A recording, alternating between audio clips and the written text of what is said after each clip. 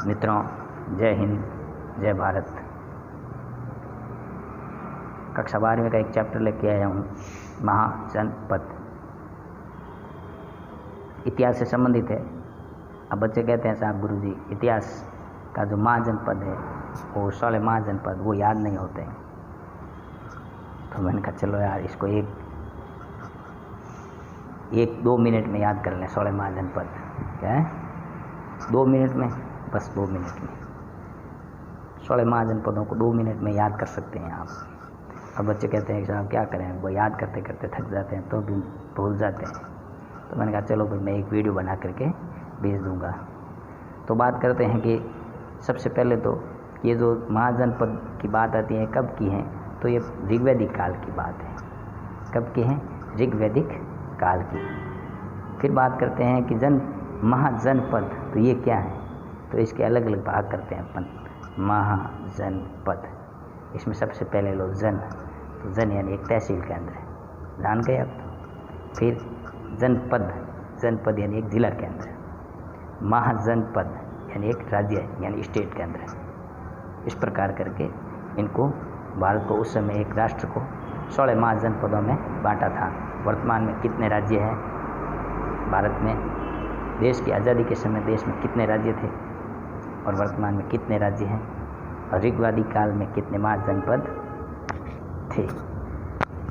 तो ये आप इनबॉक्स में जाकर के इन 2 प्रश्नों के उत्तर दे दीजिएगा कि भाई देश आज़ाद हुआ 1947 में, उस समय देश के अंदर कितने राज्य थे और वर्तमान में कितने राज्य हैं। और ऋग्वैदिक काल की बात करते हैं तो 16 महाजनपद हुआ करते थे। अब 16 महाजनपदों को याद करने के लिए अपने को कुछ नहीं करना, एक बार इनको वीडियो आराम से देखना ताकि आप इन 16 महाजनपदों को याद कर लोगे। तो बात करते हैं कि जो महाजनपद है भारत का एक प्राचीनतम जो गौरव है उसकी एक प्रशासनिक इकाई हुआ करती थी। क्या हुआ करती थी? प्रशासनिक इकाई, सरकारी एक इकाई हुआ करती थी जो महाजनपद के रूप में जानी जाती थी।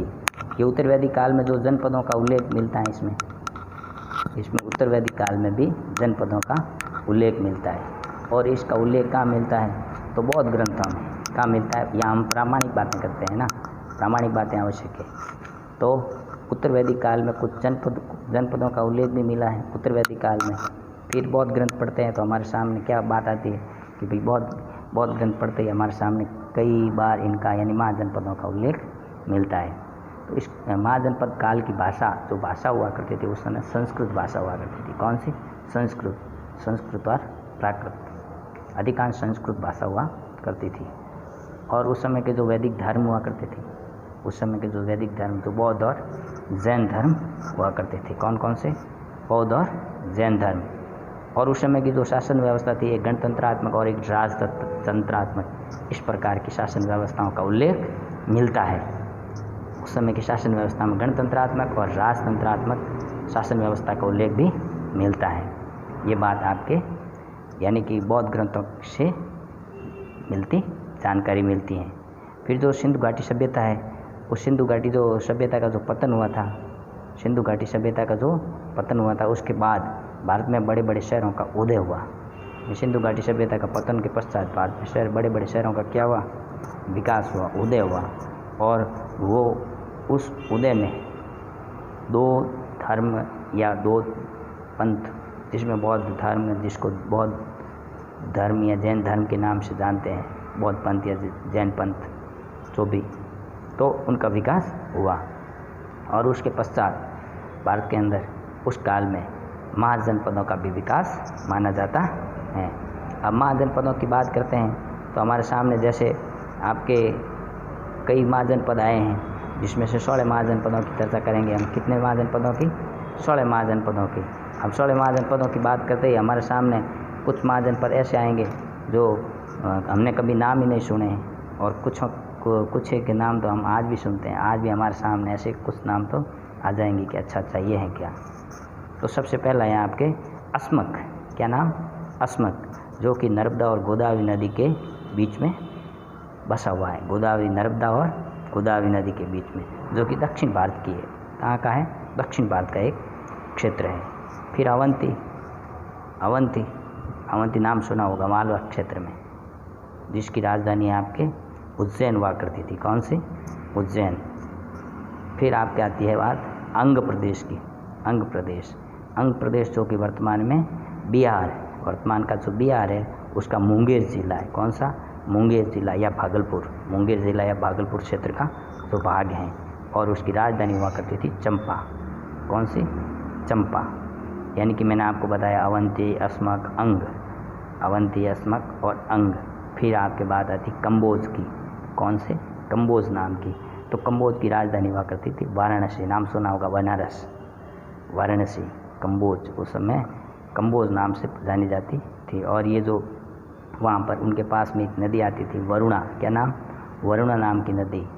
और उस वरुणा नदी के संगम पर इनका स्थान हुआ करता था। फिर पांचवा जो महाजनपद है वो है कुरु। कौन सा? कुरु, जो आधुनिक हरियाणा के भाग का एक हिस्सा है, जो दिल्ली के यमुना नदी के किनारे के आसपास के भाग के क्षेत्र के रूप में जाना जाता था। कुरुक्षेत्र, जो आधुनिक हरियाणा का कुछ भाग, जो दिल्ली का भाग, और जो यमुना नदी के आसपास का क्षेत्र, जिसकी राजधानी हुआ करती थी इंद्रप्रस्थ। इंद्रप्रस्थ जान गए? इंद्रप्रस्थ। अब बात करते हैं आपके छठा महाजनपद जो आता है कौशल। कौन सा? कौशल। अब कौशल की बात आती है तो ये जो अयोध्या ज़िला है, उस अयोध्या ज़िला के आसपास, और वहाँ एक और ज़िला है गोंडा नाम का, तो उनके आसपास का जो क्षेत्र है वो कौन सा? कौशल कहलाता था। और उसकी राजधानी हुआ करती थी अयोध्या। कौन सी? अयोध्या। और उसकी द्वितीय राजधानी भी कई कई क्षेत्रों के अंदर जानी जाती है, तो उसकी द्वितीय राजधानी थी श्रावस्ती। कौन सी? श्रावस्ती। फिर सातवां केंद्र आता था गांधार। कौन सा आता था? गांधार। कौन सा? गांधार। तो गांधार कहाँ है? तो वर्तमान में गांधार है पाकिस्तान में। कहाँ? पाकिस्तान, पश्चिम पाकिस्तान और अफगानिस्तान में। उसका जो पूर्वी भाग है वहाँ पर उसकी राजधानी हुआ करती थी तक्षशिला। कौन सी? तक्षशिला उसकी राजधानी हुआ करती थी। फिर नाम आता है आपके, आठवां नाम आता है चेदी। चेदी नाम आता है, जो कि वर्तमान में जो बुंदेलखंड नाम है। कौन सा? बुंदेलखंड का इलाका।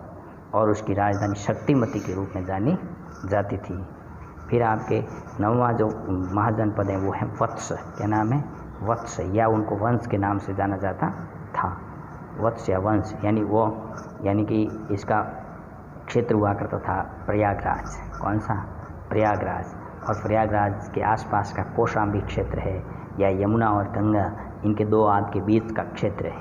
यमुना और गंगा के बीच का दो आब का क्षेत्र, वो कौन सा क्षेत्र कहलाता? वत्स या वंश। और इनकी राजधानी आपकी प्रयागराज हुआ करती थी। फिर आपके बाद आती हैं पांचाल की। कौन सी? पांचाल की, जिसकी दो शाखाएं हुआ करती थी पांचाल की, जिसके अंदर आपके क्षेत्र आता था आई छत्रपुर। कौन सा? आई छत्रपुर। और वहाँ पर बरेली है, बदायूं है, फर्रुखाबाद है, जहाँ फर्रुखाबाद में किसका जन्म हुआ था? महादेव वर्मा का। तो वो क्षेत्र हैं, वो पांचाल के नाम से जाना जाता था। फिर आपके बाद आती है मगध की। मगध, जो दक्षिणी बिहार का क्षेत्र, पटना का क्षेत्र, गया जिला, वो क्षेत्र कौन सा हुआ करता था? तो वो मगध का क्षेत्र हुआ करता था। फिर आपके बाद आती है मत्स्य या मत्स्य क्षेत्र को आपने पढ़ा होगा राजस्थान के एकीकरण में। राजस्थान का प्रथम एकीकरण पहला एकीकरण मत्स्य संघ पढ़ा। ABCD अलवर, भरतपुर, धौलपुर, करौली, कौन पढ़ता है? चलो बात करते हैं मत्स्य संघ की, मत्स्य महाजनपद की। तो मत्स्य महाजनपद है, उसका जो क्षेत्र हुआ करता था अलवर और भरतपुर। और इसकी राजधानी हुआ करती थी विराटनगर। कौन सी? विराटनगर। फिर आपके एक क्षेत्र हुआ करता था मल्ल। कौन सा? मल्ल, जो गोरखपुर के आसपास का क्षेत्र था, और उसकी राजधानी हुआ करती थी कुशीनगर। कौन सी? कुशीनगर। फिर आपके 14वां महाजनपद हुआ करता था शूरसेन। कौन सा? शूरसेन। और शूरसेन जो कि मथुरा के आसपास का क्षेत्र, यदुवंशियों का क्षेत्र, मथुरा के आसपास का क्षेत्र, और उसकी राजधानी मथुरा ही हुआ करती थी। फिर आपके बाद आती है वज्जी की। कौन सी? वज्जी नाम का क्षेत्र हुआ करता था, जो वैशाली के नाम से, वैशाली के आसपास का क्षेत्र था, और उसके बाद में अंतिम जो स्थान था 16वां स्थान था वो था काशी। कौन सा? काशी। और काशी की राजधानी हुआ करती थी आपकी वाराणसी।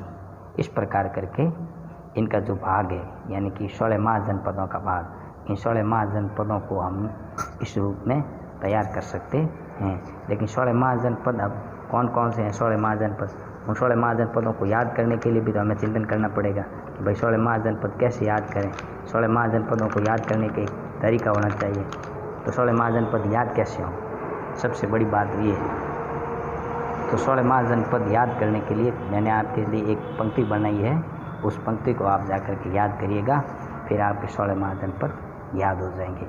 तो मैं बोलता हूँ, आप उस पंक्ति को मेरे साथ साथ बोलना। 2-3 बार बोलोगे तो आपको भी याद हो जाएगा। अंशु, बोलो अंशु अब, अंशु अब, मगध अवंती कुरुम का मत्स्य, अंशु अब मगध अवंती कुरुम का मत्स्य, अंशु अब मगध अवस्थी, अंशु अब मगध अवंती कुरुम, अंशु अब मगध अवंती कुरुम का मत्स्य 5 गांव को चेक कराएगी। अंशु अब मगध अवंती कुरुम का मत्स्य 5 गांव को चेक कराएगी। अंशु अब मगध अवंती कुरुम का मत्स्य 5 गांव को चेक कराएगी। अंशु अब मगध अवंती कुरुम का मत्स्य 5 गांव को चेक कराएगी। बोलो आप भी। अंशु अब मगध अवंती कुरुम का मत्स्य 5 गांव को चेक कराएगी।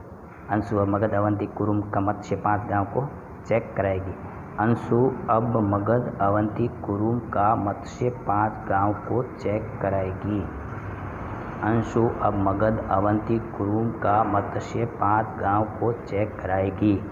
अंशु, सबसे पहला अंशु, अ तो अंग, तो अंग, फिर सु तो सूरसेन, फिर अ तो अस्मक, अब फिर ब तो वज्जी, फिर म मगध तो सीधा मगध का मगध, अवंती का अवंती का, फिर कुरु तो कुरु का कुरु, फिर का काशी, मत्स्य तो मत्स्य, फिर 5 तो पांचाल, फिर गा तो गांधार, फिर को तो कौशल, फिर चेक, चेक जो 6 मतलब चेदी, फिर क